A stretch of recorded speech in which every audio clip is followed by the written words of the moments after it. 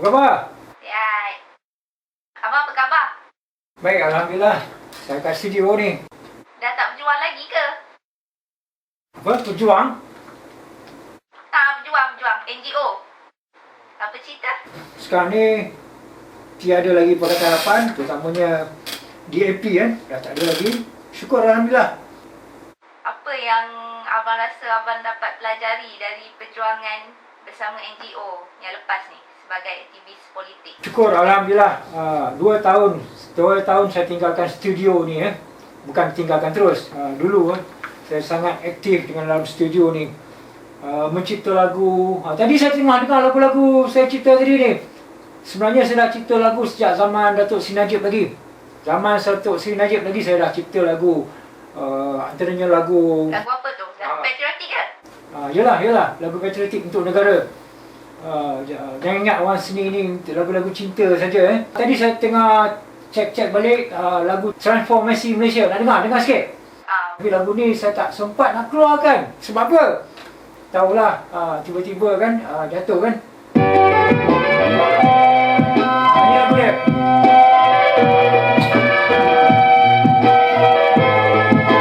Dengar sikit ya. Ini lagu masa zaman Tun Najib dulu.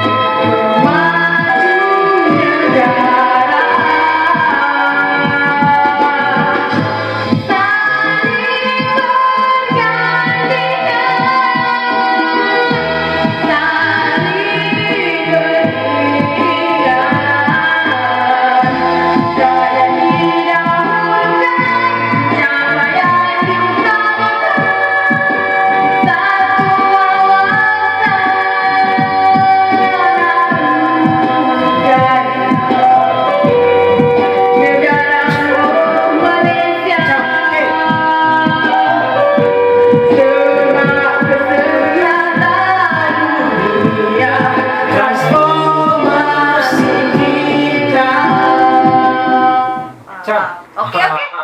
Transformasi kita. Masa tu zaman tu zaman transformasi kan. Satu negara, satu Malaysia. Rakyat didahulukan, pencapaian diutamakan. Ayat semua ada. Saya sedih bila saya fikirkan rakyat gagal. Rakyat yang gagal tu. Rakyat ni dia,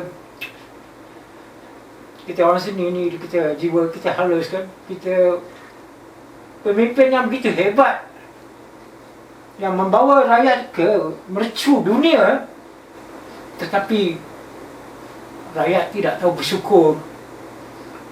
Rakyat dia tamak kan, fikiran cetek, dipengaruhi oleh Pakatan Harapan yang begitu dengki dengan niat baik Datuk Seri Najib ni, sampai orang tak nampak apa yang sedang diusahakan. Tapi apabila Pakatan Harapan masuk balik kan, jadi kerajaan, kita nampak tengah langgang kerajaan tu. Itulah saya habiskan 2 tahun. Saya tinggalkan tugasan saya, minat saya pergi keluar kan. Syukur Alhamdulillah sebab mana sebut tadi kan, perjuangan saya dalam NGO ni, saya dapat berjumpa dengan rakan-rakan yang sebenarnya saya tak tahu siapa mereka asalnya. Saya tak tahu siapa mereka. Dalam sosial media ni, kita berbicara, bercakap tentang perjuangan, dan kami bersuara siang, malam, pagi, petang. Tak tidur tau. Kadang-kadang tidur dalam 2-3 jam.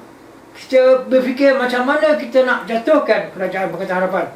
Mungkin ada yang fikir, alah, korang korbankan, lakukan kecil je, tak ada apa benda. Sebenarnya benda ni dah tertulis, kerajaan Pakatan Harapan akan jatuh.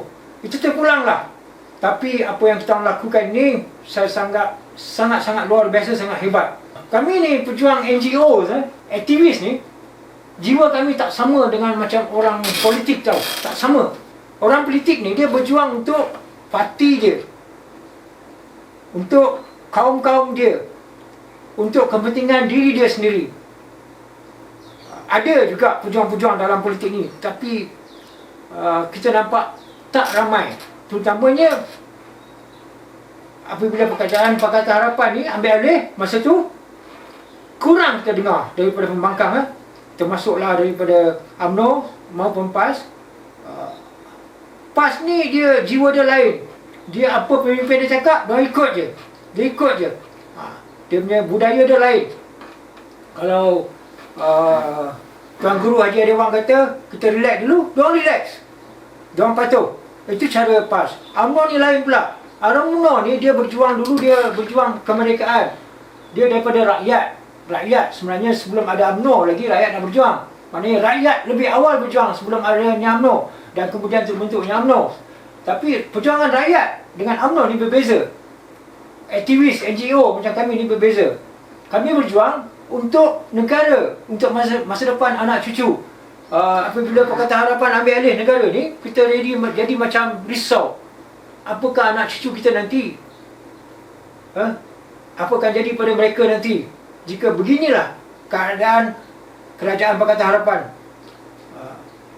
Sebenarnya perkara ini dah berlaku di beberapa negara dulu, revolusi negara-negara yang lalu. Dan sebenarnya apa yang NGO ni buat adalah kesinambungan, kesinambungan apa yang berlaku di luar negara. Contohnya di negara China. Dengar ke? Dengar. Dengar ni. Nanti saya buatkan lagu-lagu yang istimewa untuk anda. Okey. Untuk hati-hati yang lain. Sebenarnya contoh di negara China pada satu ketika dulu, kerajaan Kuomintang, Politburo, kerajaan komunis, di mana dia ada tirai besi ataupun yang menghalang rakyat keluar ke negara luar dan menghalang rakyat luar masuk ke negara China. Benda tu tak lama. Tahun awal 70-an masih lagi macam tu. Di mana kerajaan komunis ketika itu, kerajaan komunis di negara China tu, kekayaan negara untuk para pemimpin sahaja. Kena ingat ni. Kekayaan tu untuk pemimpin saja. Rakyat, dia bagilah. Kalau seorang RM10, ambil seorang RM10. Sama rata. Dia bagi macam tu. Tak ada orang kata kebebasan untuk mencari rezeki, kebebasan untuk mencari kenikmatan hidup, kekayaan, bebas, bercakap, bersuara, bermain muzik. Tidak ada. Tidak ada. Contohnya macam keyboard ni, macam ada keyboard apa-apa alat-alat muzik daripada luar negara, saya bawa masuk. Contohnya kalau saya rakyat negeri China, saya bawa masuk negeri China, dapat tahu, kerajaan tahu, negeri China tahu saya bawa masuk violin ke apa, saya akan kena tangkap, saya akan dipenjarakan.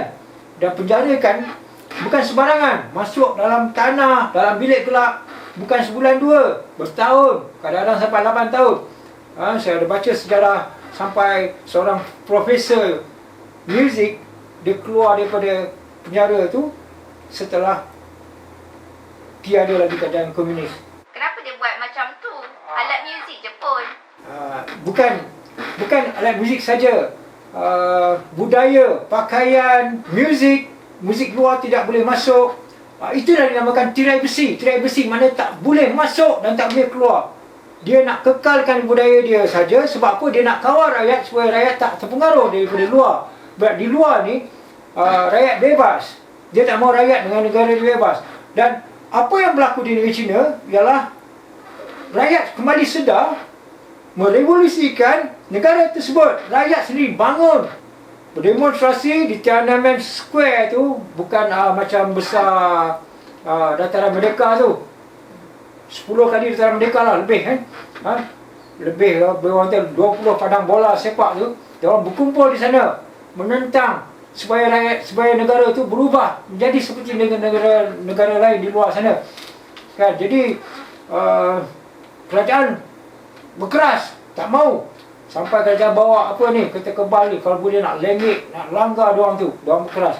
Kan? Akhirnya diorang berjaya juga, rakyat berjaya mengubahkan negara. Dan inilah baru negara China dapat membangun Dan kita pun dapat bekerjasama dengan negara China.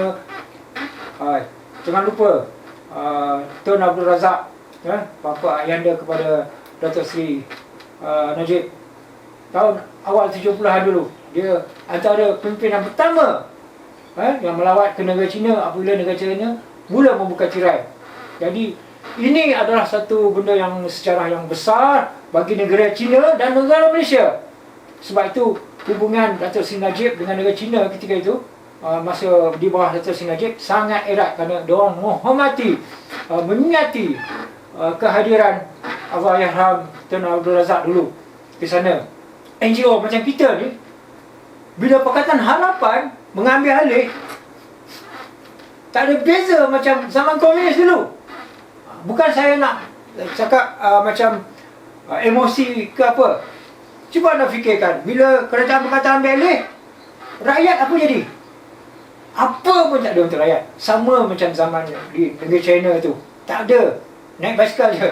Kita adalah kereta apa semua. Tapi segala yang kita pernah rasai zaman Tun Najib, Dato' Seri Najib dulu, semua itu telah dihentikan. Apabila rakyat kata, kami susah, kami itu ni, pemimpin kata apa?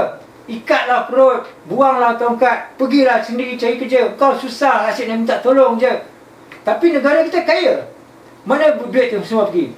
Untuk kroni-kroni dia, untuk kaum-kaum dia, dia jarang untuk diri dia. Tapi inilah yang kita perjuangkan NGO. Suarakan suara demi suara. Ni kuasa rakyat, suara rakyat ni.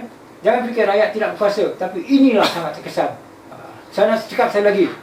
Saya buat juga dalam bentuk video, dalam bentuk YouTube.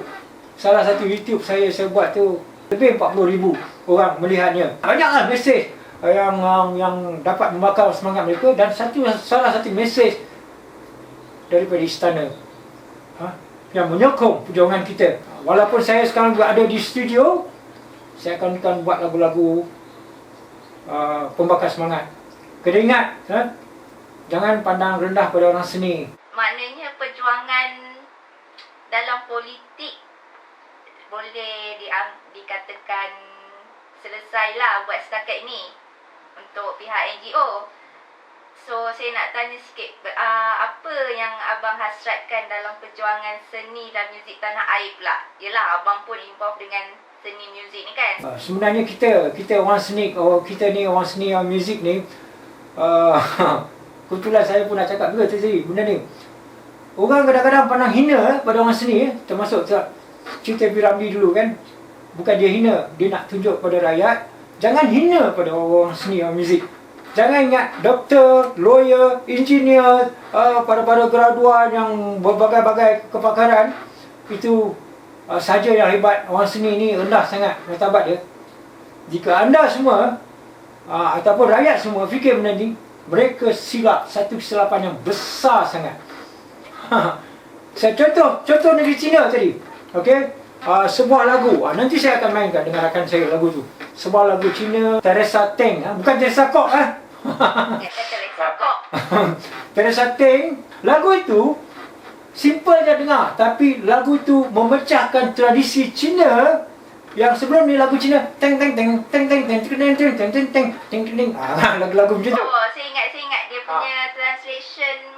Maksud tajuk dia The Moon Represents My Heart kan? Itu lagu cinta. Tapi lagu cinta ni keluar apabila muzik waltz, muzik waltz. Nanti kita mainkan lagu ni untuk anda, untuk kita semua lah. Nanti kita main sama-sama. Okey, lagu ni sebenarnya satu muzik yang tidak dibenarkan di negeri Cina. Padahal muzik tu lagu santai je, slow, sentimental. Tetapi lagu itu telah membakar semangat rakyat sebenarnya untuk bangun. Bukan lagu patriotik, lagu cinta. Kan, lagu itu indah dan lagu saja dapat membakar semangat rakyat. Itulah hebatnya seni. Bukan saya nak menghina doktor ke apa, tapi doktor tidak boleh melakukan benda-benda ini. Doktor boleh merawat, lawyer dia boleh pusing cerita kan, ini dia boleh repair benda ke, dia boleh buat benda. Bermuzik, dia boleh memberi ketenangan, boleh cipta satu pandangan, persepsi, boleh memberi kesedaran kepada diri seorang. Dengan muzik saja, kadang-kadang 3 minit muzik lebih berkesan daripada 1 jam kita dengar orang politik cakap. Jadi muzik ni sangat hebat. Jadi saya akan terus berjuang. Mungkin kelebihan yang Allah berikan kepada saya ialah dari bidang seni, juga sukan dan juga penulisan. Banyak yang Allah berikan, kita gunakan sebaiknya untuk semua. Okey. Okey, menarik. Apa yang dapat kita pelajari daripada stay at home ni? Duduk rumah diam-diam je ke? COVID-19, amaran Allah pada kita. Amaran kecil sebenarnya. Kita jangan rasa besar. Kalau Allah nak bagi amaran yang besar tu kiamat. Kalau COVID-19 ni, kalau kita orang seni, aktivis, cakapan dia sinis sikit lah. Sinis. Contohnya, bila PH jatuh je, besok lusa dah nak diorang nak demo dah. Rakyat nak demo. Demo super ring tu kan? Super ring, tak sempat-sempat. Sabar. Kan? Cakap pun dah macam tak tu. Hala dah. Kan? Super ring. Aku tak kenal Muhyiddin. Siapa Muhyiddin? Aku tak undi dia. Dah macam orang gila. Itulah COVID-19. Allah suruh, kau duduk rumah lah, jangan bawa-bawa, relax, sabar. Bagi dia kerajaan baru ni betulkan keadaan, jangan ganggu. Itu satu. Ini pandangan gurauan lah tapi sinis, mungkin ada kebenaran dia. Kedua, pemimpin juga. Mat Sabu, Khalid dengan Lee Kuan Eng, dengan yang India setengah pemimpin tu, tiba-tiba senyap kan, mana pergi orang ni semua. Tak sempat-sempat dah nak pergi fitnah sana, fitnah sini, pergi Terengganu. Nasib baik tak kena cepuk Khalid tu kan, baru kena tengking sikit dah pergi balai polis nak mengadu. Elok juga Tuhan Allah kita, duduk kat rumah diam-diam, jangan tak pasal-pasal kau kena penampak sekarang, buta je. Rakyat dah muak, jangan nak fitnah lagi dah. Rakyat dah letih, rakyat dah susah sekarang ni, faham tak? Apa lagi kau nak fitnah, apa lagi dah? Kau dah dapat dulu 2 tahun, dah macam nak hancur, berkecai negara. Kau nak cakap lagi? Wah, sekarang ni kerajaan benarkan ambil duit KWSP ke apa, kan? Kenapa kerajaan tak tolong? Kenapa nak pakai duit sendiri? Sabar, jangan buat fitnah, jangan ganggu lagi, kan? Tambah pula, ini saranan Datuk Seri Najib pula yang punya idea keluarkan duit KWSP. Lagi dia kata, tengok Najib ni tak habis-habis nak guna duit rakyat lah. Sudah lah. Contohlah, kita ada simpanan. Satu simpanan duit kita untuk kita pelajaran harian. Satu lagi simpanan untuk bayar-bayar yang sebulan sekali ke apa-apa kan. Satu lagi simpanan untuk masa depan. Katalah satu sampai satu peringkat, dua simpanan harian tak ada, simpanan yang lagi satu ni pun tak ada. Katalah kita tak ada EPF. Mana duit kita nak pakai? Mestilah simpanan untuk yang masa depan tu kita guna kan. Bayangkan simpanan masa depan tu, EPF kita guna, tak apa kita guna. Kalau kita boleh simpan duit EPF tu, maknanya satu masa bila ekonomi balik, kita boleh simpan balik. Kerajaan pun bukan tak mau bantu. Untuk sementara, untuk kerajaan bagi duit untuk rangsangan. Baru tadi saya dengar berita kerajaan akan lakukan yang terbaik untuk membantu, termasuk artis-artis sabar juga artis Kata sini aja dulu yang saya sebut dulu, Yayasan Artis Satu Malaysia dia bagi 5 juta di situ tu. Semangat untuk daripada yayasan tu, saya artis saja yang tahu. Dia bagi pencen untuk artis, dia bagi artis yang mana sakit, dia bagi kos rawatan, sumbangan hari raya, mewali, tahun baru Cina. Ada 2,000 seorang untuk artis, duit tu semua. Daripada Datuk Seri Najib dulu. Tun Mahathir, awal-awal lagi dah kena karantin, dia kata dah kena karantin 14 hari. Baguslah tu, karantin, bukan bagus penyakit, karantin, mana duduk dan diam. Jangan ganggu kerajaan yang ada sekarang. Kalau tak kan, bila Muhyiddin Yassin jadi nanti, dia nak kacau lah, nak itu, nak ini. Sudah, duduk dan diam. Kita nak betulkan keadaan yang pincang sebelum ni. Tak dapatlah dia dijemput ni. Pergi pinjam duit. Cukup lah. Cukup. Biar kerajaan sekarang yang menguruskan. Pekerja pula macam mana? Pekerja pun kena duduk rumah ni. Macam mana?